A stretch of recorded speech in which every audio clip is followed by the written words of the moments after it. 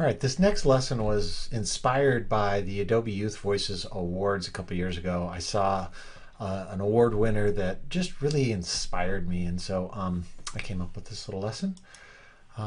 It's going to be a little Photoshop lesson, and you're going to learn some selection and masking. So let's start by going to File and Open, and opening up my sample file. So I'm going to go to the desktop. Hopefully you've downloaded it from my web page. And here we go, sample files.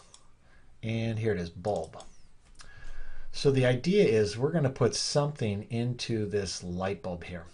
And so the first thing I'm going to do is I'm going to zoom in on this area. Remember, the keyboard shortcut for zoom is Control and Spacebar. See how it turns any tool into the zoom tool? And then I'm going to put my cursor right in the middle of the light bulb and click and drag. Okay? And that'll just give me a bigger area to work with. So the idea is you get to put something in your big idea or your light bulb, some photograph, and then you get to mask it off. So we're going to practice with two different types of photographs. One is going to be super easy, and then one you're going to have to do a little bit of work on. So I want you to practice with my two and then end with your own personal photo that you either take yourself or you get on the internet.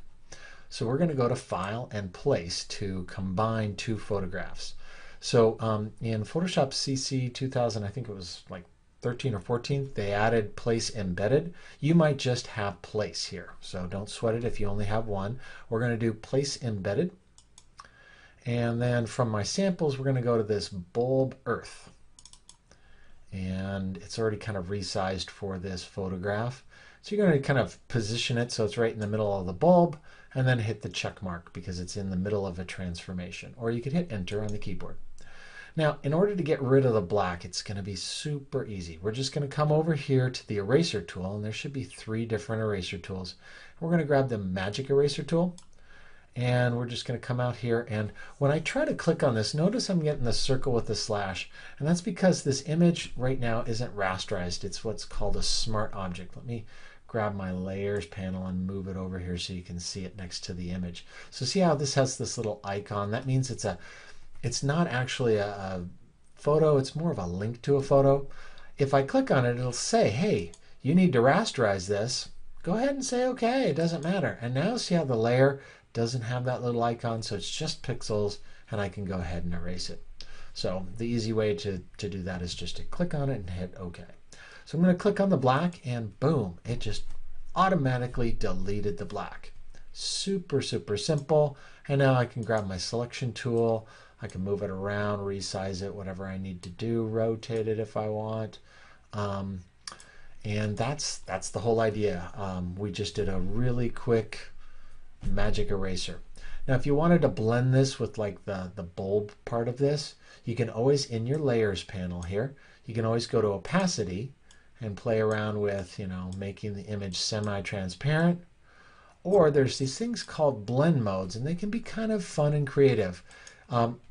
It's always set as the default to normal, but you can play around with some of these, like overlay might be kind of interesting. See how you can see the bulb underneath it? Or I always like linear burn. I wonder what that would look like with this one. There's linear burn. Ooh, kind of gross. So, experiment a little with your blend modes. All right, so let's keep the bulb there. We're just going to temporarily hide it with their eyeball. And we're going to go get another image. We're going to play around with that, and then again, you're going to do your third image. So let's go to File and Place Embedded, just like we did with the earth. And this time we're going to get this kitten. Of course, I found this on the internet. There's endless supplies of cute kitten photos. And I'm going to go ahead and hit the check mark. And at this point, I might even want to zoom in further. So I'm going to do Control Spacebar and zoom in. And really, I want to see this kitten. And if you need to just I want to slide this down a little. Remember, that's just Spacebar. It gives you your hand. It's not actually moving your artwork. It's just sliding the whole photograph down so I can kind of concentrate on it. And again, you don't have to move your layers around. I'm just doing that to show you what I want them to work with. So this time, we're not going to use the magic eraser. We're going to use a combination of selection tools. So the first selection tool I love to use is automatic. It's called the Quick Selection tool, and it's awesome. It selects stuff based on color. So if you'll notice, this green and the cat have a great contrast. So if I come over here to the cat or the green, you can either start with the green or the cat. I'm going to start with the cat. Watch, I'm going to click and drag, and it just did a wonderful job of selecting. A little bit of problems there, but I can fix that. I'm going to click and drag here. Ooh, it got too much. Now I've got the cat and all of this, and that's okay.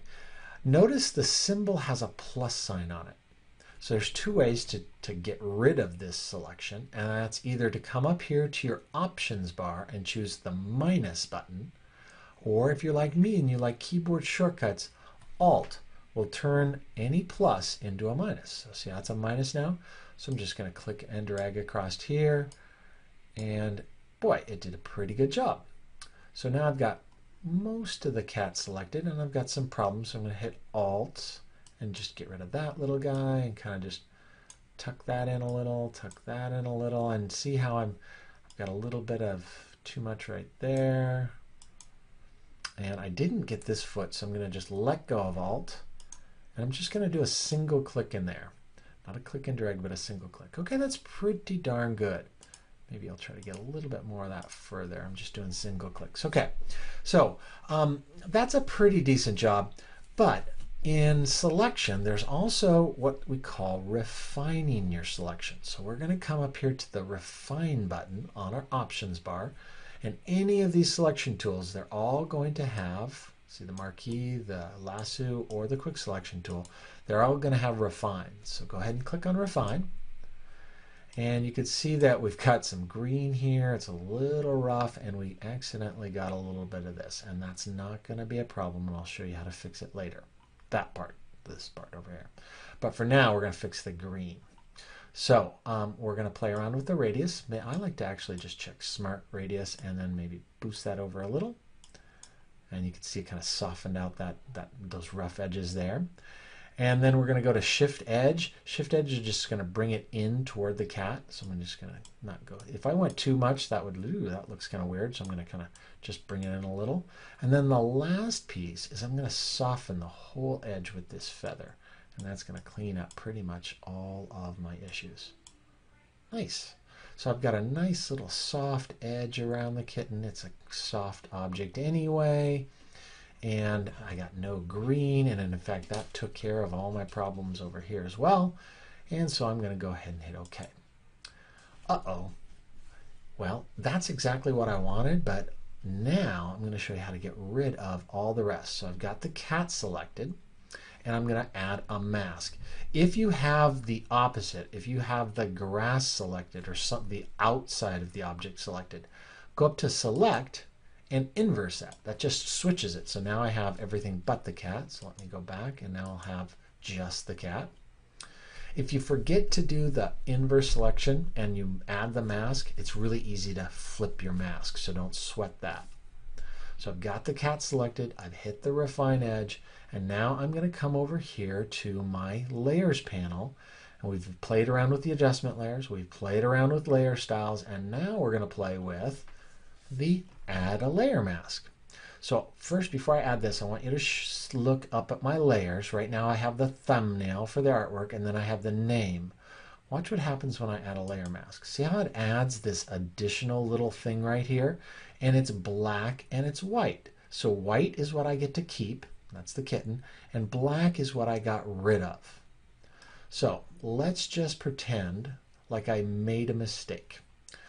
If you make a mistake, you can just paint black or white to fix a mask. So I'm going to grab my paintbrush, make sure my colors are black and white, and see how black is hidden? So if I painted black across there, it would hide the cat.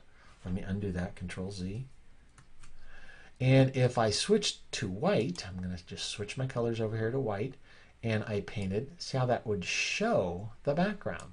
So I'll Control Z again. So white lets you show the background and black lets you hide the background. That's called non-destructive. When we did it with the earth, because there's no layer mask, there's no getting this black back. The black that we took out will never come back. We deleted it. It's gone. Whereas when we're doing a mask, It's just hiding the stuff. Oh, I never thought of combining a kitten and the earth. That's kind of fun. So let me zoom back out, Control 0. So your assignment is to first play around with the bulb, see how easy it is just to knock out a solid color. Then experiment with a little bit more difficult selection tool and masking using the quick selection and then a mask, adding a mask from this button right down here. And then your third part of this assignment is to go out and get your own image that makes sense to you and put it in there. Okay. The last part, once you've got your image in there, so you're going to just pause, go do that. The last part is to add a little text. So let's grab the text tool.